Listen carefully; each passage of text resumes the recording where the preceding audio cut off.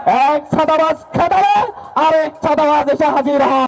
যখন অনাকাঙ্ক্ষিত ঘটনাটি ঘটেছে আমরা ভেবেছিলাম ফেসিবাদের পতন হয়েছে, কিন্তু আমরা দেখতে পেলাম মাইলস্টোনের ঘটনাকে পুঁজি করে আবার আওয়ামী লীগ পুনর্গঠিত হচ্ছে। আমি চরমোনাই পীর সাহেবের কাছে জানতে চাই যে বিএনপির একজন কর্মী চরমোনাই পীর সাহেবের কাছে যে চাঁদা চেয়ে আগামী 4-5 দিনের মধ্যে নির্বাচনের একটা সুনির্দিষ্ট সময় সীমা তারিখ উনি ঘোষণা করবেন। আমরা চাচ্ছি এটা আমাদের রক্তের দেওয়া একটা সম্পদ, তো এটা এইভাবে ফেলায় রাখলে এটা আমাদের দেশের জন্য অনেক ক্ষতি। সুনির্দিষ্ট নির্বাচনের তারিখ ঘোষণা করার জন্য নির্বাচন কমিশনকে বলে দেন 5ই আগস্ট অথবা তার পরবর্তী সময়ের মধ্যেই দ্রুততম সময়ে সরকার এই বিষয়ে সুনির্দিষ্ট তারিখ ঘোষণা করবেন বলে আমরা আশা করি। আপনার ভোট আপনিই দিবেন, আমার হাতকে আপনি শক্তিশালী করুন, আমাকে সহযোগিতা করুন যাতে আমি আপনার ভোটের অধিকার প্রতিষ্ঠা করতে পারি। প্রিয় দর্শক, আপনাদেরকে স্বাগতম। দেশের চলমান রাজনীতি নিয়ে আজ আপনাদের কাছে গুরুত্বপূর্ণ তথ্য উপস্থাপন করব। প্রিয় দর্শক, চ্যানেলে নতুন হয়ে থাকলে সাবস্ক্রাইব করে নিন পরবর্তী ভিডিও দেখার জন্য। তাহলে আর দেরি নয়, শুরু করা যাক আজকের ভিডিও। প্রথমে দেখবেন সংবাদ শিরোনাম। ভিডিওটি না টেনে সম্পূর্ণ দেখুন। ভিডিওটির শেষ পর্যায়ে রয়েছে গুরুত্বপূর্ণ তথ্য। আমি চরমোনাই পীর সাহেবের কাছে জানতে চাই যে বিএনপির একজন কর্মী চরমোনাই পীর সাহেবের কাছে যে চাঁদা চেয়েছে, চরমোনাই পীর সাহেব যখন বলবে আমি তোমাকে বেহেশতে পাঠাই দিব, একজন ধর্ম অন্ধ সে বলবে যে আচ্ছা ঠিক আছে হুজুর আপনি আমাকে বেহেশতে পাঠাই দিবেন, এবার তোমার পালের গরু বড় যেটা নিয়ে আসো। এই দেশের জনগণ সারা বছর লালন পালন করে যে গরু ছাগলটা চরমোনাই পীর সাহেবের খাঁচায় চলে যায়, সেই গরুগুলো বিক্রি করে আজকে উনি যে শত শত টাকা খরচ করে যে এক একটা সমাবেশ করেন, প্রতিদিন পাঞ্জাবি চেঞ্জ করেন, পান খেয়ে দাঁতটাকে লাল করেন, উনি কার টাকায় পান খান? একজন পীর হয়ে আপনি যদি আল্লাহর নবীর তরিকায় পীর হয়ে থাকেন, একজন পীর আপনার খাওয়ার দরকার ছিল সেই ইহুদির বাড়ির খেজুর খেয়ে। আল্লাহর নবী যেমন 2 দিন ছিল 3 দিন ছিল, আপনি একজন পীর হলে, সত্যিকারের একজন রাসূলের তরিকায় পীর হলে আপনি খেজুর খেয়ে থাকতেন, প্রতিদিন পাঞ্জাবি চেঞ্জ করতেন না। স্পিড কন্ট্রোল মানবেন, স্পিড ব্রেকার দেখে চলবেন, না হলে নিজেও মরবেন, সংগঠনকে আপনি মারবেন। এখন গেলাম হসপিটালে, এমন ভাব দেখায় সহকর্মী ডাক্তাররা, এখানেও কেউ কেউ আছে যে আমার মরতেই দিবে না। এরকম একটা সমাবেশ হলে 200 কোটি টাকা তো হিসাব করতে হবে। আমরা এই সমাবেশটা করেছি 2টি কারণে।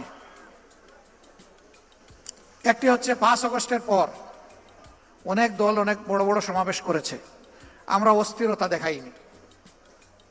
বাংলাদেশের জনগণের দেখার প্রয়োজন ছিল যে জামাতে ইসলামী আগামীর জন্য কতটা প্রস্তুত। আসুন, আমাকে ভোট দিতে হবে এমন কোনো কথা নেই, আপনার ভোট আপনিই দিবেন, আমার হাতকে আপনি শক্তিশালী করুন, আমাকে সহযোগিতা করুন যাতে আমি আপনার ভোটের অধিকার প্রতিষ্ঠা করতে পারি। আমাদের স্লোগান, আমাদের লক্ষ্য, আমাদের উদ্দেশ্য মানুষের ভোটের অধিকার প্রতিষ্ঠা করা। Take back Bangladesh. কোনো চাঁদাবাজের আশ্রয়কেন্দ্র হয়ে উঠবে না, এই মূলত আমাদের এই টার্গেট, যেন চাঁদাবাজ দেখতে পেলে যেন সরাসরি আমরা তাদের উপর আক্রমণ করতে পারি। আমরা মনে করি এই আওয়ামী লীগের যে কার্যালয়, এটা তাদের কার্যালয় না, এটা জনগণের কার্যালয় ছিল। জনগণের লুটের টাকা দিয়ে এই সম্পদগুলো তারা গড়েছেন। জনগণের সম্পদগুলো আমরা বিভিন্ন দুর্দশা, অসহায় যারা রয়েছেন, জুলাই যোদ্ধা যারা রয়েছেন, বিভিন্ন ইনস্টিটিউট করে আমরা এটাকে তাদের কাছে হস্তান্তর। আমরা প্রত্যাশা করছি পুলিশ যথাযথ ব্যবস্থা নেবে, আমরা প্রত্যাশা করছি ইউনূস সরকার যথাযথ ব্যবস্থা নেবে। তখন আমাদের জানা দরকার যে আন্দোলনকারী হিসেবে, বিক্ষোভকারী হিসেবে কি কি করবার অধিকার আমাদের আছে, মানে কি ধরনের ভাঙচুর, কার কার গায়ে হাত তোলা যাবে, কাকে কাকে পিটিয়ে মেরে ফেলা যাবে, কাকে কাকে পিটিয়ে মেরে ঝুলিয়ে দেওয়া যাবে। এই বিষয়গুলো যদি আমরা পরিষ্কারভাবে আলোচনা না করতে পারি, বুঝতে না পারি, তাহলে কিন্তু নিশ্চিতভাবেই কখনো বোঝা যাবে না বা এই দ্বন্দ্ব, এই বিতর্ক শেষ হবে না যে শেখ হাসিনা গুলি না চালিয়ে কি করতেন, আর আরেক দল বলবে শেখ হাসিনা গুলি চালালেন কেন। সাবেক প্রধানমন্ত্রী শেখ হাসিনা 2024 সালের জুলাই আগস্টে আন্দোলনকারীদের ওপর সরাসরি গুলি চালাতে নির্দেশ দিয়েছিলেন।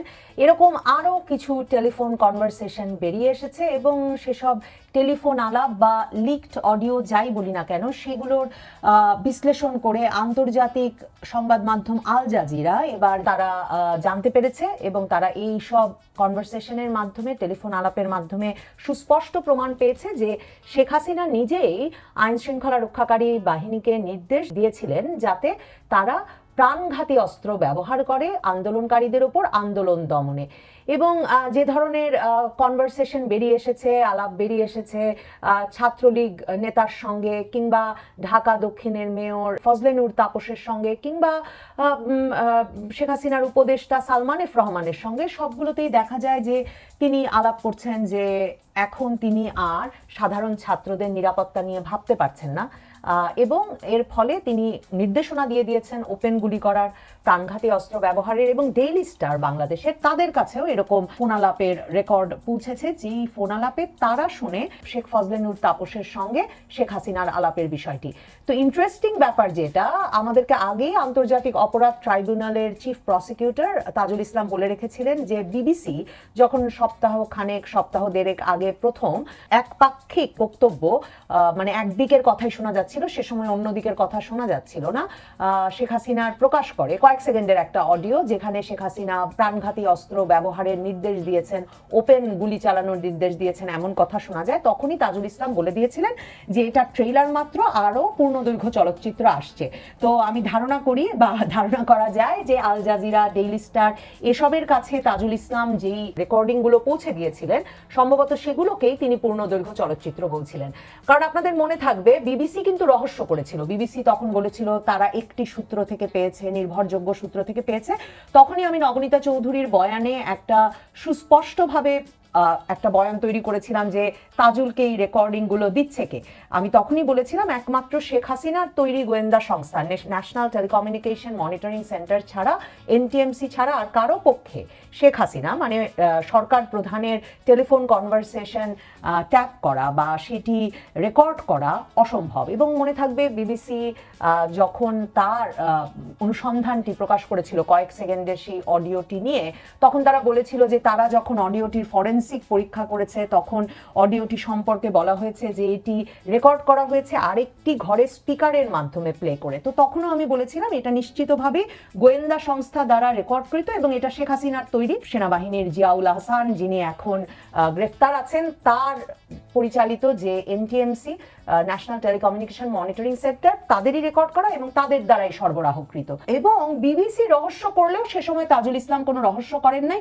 আন্তর্জাতিক অপরাধ ট্রাইব্যুনালের চিফ প্রসিকিউটর তখনই বলেছিলেন যে তার এক তদন্তকারী কর্মকর্তাই এই রেকর্ডিং বের করেছে। এখন দেখা যাচ্ছে আন্তর্জাতিক অপরাধ ট্রাইব্যুনাল এরকম রেকর্ডিং এর অংশ আল জাজিরাকেও দিয়েছে এবং ডেইলি স্টারকেও দিয়েছে। এবং এবারের রেকর্ডিং গুলো যে এনটিএমসি রেকর্ড করা, এই নিয়ে কোনো রাগঢাক নেই। এবং আমরা দেখছি আল জাজিরার ডকুমেন্টারিতেও আন্তর্জাতিক অপরাধ ট্রাইব্যুনালের চিফ প্রসিকিউটর তাজুল ইসলামও কথা বলেছেন। এবং তাদের এই পুরো অনুসন্ধানের মূল ব্যাপারটি হচ্ছে যে শেখ হাসিনা নিজে। সম্পূর্ণ ভিডিও দেখার জন্য আপনাদেরকে ধন্যবাদ।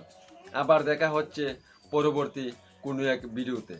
ততক্ষণ ভালো থাকবেন, সুস্থ থাকবেন। ধন্যবাদ সবাইকে।